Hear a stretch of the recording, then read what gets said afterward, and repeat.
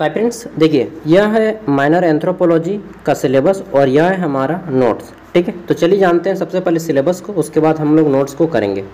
तो minor anthropology आप किसी भी यूनिवर्सिटी से हो, अगर आपका सब्जेक्ट माइनर एंथ्रोपोलॉजी में इंट्रोडक्टरी एंथ्रोपोलॉजी पढ़ना है तो आपको काम दे देगा। Suppose that Ranchi University, SKMU Dumka University, Nilamber Pitamber Palamu University, ठीक है, BBMKU धनबाद यूनिवर्सिटी एक्सेट्रा, जहाँ पर भी आपको इंट्रोडक्शन टू एंथ्रोपोलॉजी पढ़ना है उन सभी में काम देगा। सिलेबस देखिए, तो सिलेबस में यहाँ पे लिखा गया है आपका एंथ्रोपोलॉजी का मीनिंग जानना है, स्कोप जानना है, नेचर जानना है, रिलेशनशिप जानना है अदर सब्जेक्ट के साथ। यानी कि एंथ्रोपोलॉजी से हिंदी में मानव शास्त्र या नृविज्ञान कहा जाता है। क्या कहा जाता है? मानव शास्त्र या नृविज्ञान। ठीक है, तो इसको फिर हमारा दूसरा है कि मीनिंग एंड स्कोप। ठीक है, कल्चरल एंथ्रोपोलॉजी के बारे में जानिएगा, meaning and scope of biological anthropology, फिर आपको आर्कोलॉजिकल एंथ्रोपोलॉजी और फिर meaning and scope of anthropology. तो ये सारी चीज़ें पढ़नी है। इसी को लेकर मैंने 12 important question with answer ready किए हैं। ठीक है, तो चलिए माइनर एंथ्रोपोलॉजी सेमेस्टर 1 के क्वेश्चन आंसर करते हैं। सबसे पहला हमारा प्रश्न है यहाँ पे, मैं केवल अभी क्वेश्चन दिखाऊंगा क्योंकि अभी मुझे बहुत सारा वीडियो बनाना है आज, तो केवल क्वेश्चन और आंसर PDF वीडियो को डिस्क्रिप्शन में मिल जाएगा और हमारा ऐप का भी लिंक वीडियो को डिस्क्रिप्शन में मिलेगा, दोनों। ठीक है, मानव शास्त्र का अर्थ, प्रकृति और क्षेत्र स्पष्ट करें। इंग्लिश में explain the meaning, nature and scope of anthropology. ठीक है, तो फिर यहाँ पे बताया गया है कि मानव शास्त्र क्या है। तो मानव शास्त्र एक ग्रीक भाषा के 2 शब्दों से मिलकर बना है, एंथ्रोपोस, ठीक है, जिसका अर्थ होता है मनुष्य, तथा लोगोस, लोगोस मतलब होता है अध्ययन, यानी कि ऐसा शास्त्र, ऐसा किताब जिसमें मनुष्य का इतिहास के बारे में अध्ययन किया जाता हो, केवल मतलब मनुष्य शुरुआत से लेकर के वर्तमान समय तक को, इसी को एंथ्रोपोलॉजी कहते हैं। किंतु यह केवल शारीरिक या सांस्कृतिक का अध्ययन नहीं है, बल्कि मनुष्य से संबंधित हर चीज़ का अध्ययन करता है। ठीक है, बल्कि यह मनुष्य का समग्र, ठीक है, पूरा का होलिस्टिक अध्ययन करता है। होलिस्टिक मतलब पूरा। ठीक है, फिर आपको इसका नेचर के बारे में पढ़ना है कि मानव शास्त्र की प्रकृति बहुआयामी है, मतलब यह मैनी डायमेंशनल है, इसका डायमेंशन बहुत बड़ा बड़ा है। फिर स्कोप पढ़िएगा। ठीक है, एक मिनट, हाँ आगे देख लेते हैं। तो इस तरह से आपका क्वेश्चन नंबर 1 यहाँ पे कंप्लीट किया जाता है। फिर यहाँ पे क्वेश्चन नंबर 2 शुरू होता है। ठीक है, इसमें क्वेश्चन है हमारा, मानव शास्त्र एक अंतर विषयक यानी कि इंटरडिसिप्लिनरी शास्त्र है जिसका अनेक क्षेत्रों से या अनेक विषय के साथ इसका संबंध है, ये बताना है। Explain the relationship of anthropology with other disciplines. ठीक है, अदर डिसिप्लिन्स लाइक मानव शास्त्र का विज्ञान के साथ कैसा संबंध है, इसका पॉलिटिकल के साथ कैसा संबंध है, जीव विज्ञान के साथ कैसा संबंध है। ठीक है, और भाषा विज्ञान, दर्शन शास्त्र, पुरातत्व विज्ञान, इन सभी के साथ कैसा संबंध है ये बताना है।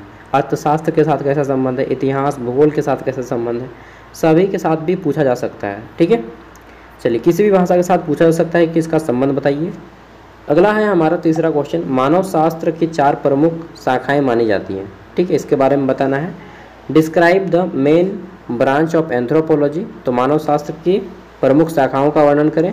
तो 4 शाखाओं में इसे बांटा गया है एंथ्रोपोलॉजी के 4 भागों में। सामाजिक और सांस्कृतिक मानव शास्त्र, सोशल एंड कल्चरल एंथ्रोपोलॉजी। दूसरा है जैविक मानव शास्त्र, जिसमें बायोलॉजिकल एंथ्रोपोलॉजी पढ़ते हैं। ठीक है, तीसरा है यहाँ पे पुरातात्विक मानव शास्त्र यानी कि आर्कोलॉजिकल एंथ्रोपोलॉजी के बारे में। 4th नंबर पे हमारा भाषा से संबंधित मानव शास्त्र यानी कि लिंग्विस्टिक एंथ्रोपोलॉजी। तो ये 4 एंथ्रोपोलॉजी हैं। नेक्स्ट आगे देख लेते हैं। तो अगला आता है हमारा यहाँ पे संस्कृति और समाज में अंतर स्पष्ट करें। ठीक है,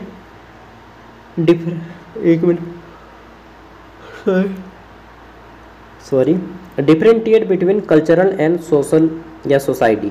समाज और संस्कृति में क्या अंतर होता है ये बताना है कि समाज लोगों के मिलकर बनता है और संस्कृति, जो समाज में लोग रहते हैं वे अपने मनोरंजन या अपने रीति रिवाज को लेकर कुछ ना कुछ क्रिया करते हैं, जिसे संस्कृति कहा जाता है। ठीक है, समाज में अनेक प्रकार के लोग रहते हैं और सभी की संस्कृति अलग अलग होती है। ठीक है, मैंने यहाँ पे बहुत छोटा छोटा आंसर किया है, आपको डिटेल में आंसर चाहिए तो आप गूगल का भी सहारा ले सकते हैं। अगला है समुदाय और संस्था में अंतर स्पष्ट करें। इंग्लिश में differentiate between community and institution. Community और इंस्टीट्यूशन में क्या अंतर है ये आपको बताना है। ठीक है।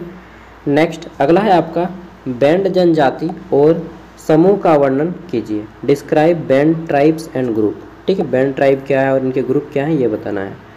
आगे देख लेते हैं नेक्स्ट 7वां क्वेश्चन। तो इसमें पूछा गया है मानव शास्त्र का अर्थ और क्षेत्र बताइए। Explain the meaning and scope of biological anthropology. ठीक है। नेक्स्ट आगे देख लेते हैं क्वेश्चन नंबर हमारा 8। इसमें है परिवार क्या है, विवाह और संबंध, किंगशिप का महत्व स्पष्ट करना है। Explain the importance of family, marriage and kinship, नातेदारी के बारे में। ठीक है, एकदम आसान सा क्वेश्चन है और सभी क्वेश्चन को मैंने दे दिया है। 12 क्वेश्चन आप करके जाइए, एग्जाम में आपका क्वेश्चन नहीं छूटेगा। ठीक है, पक्का।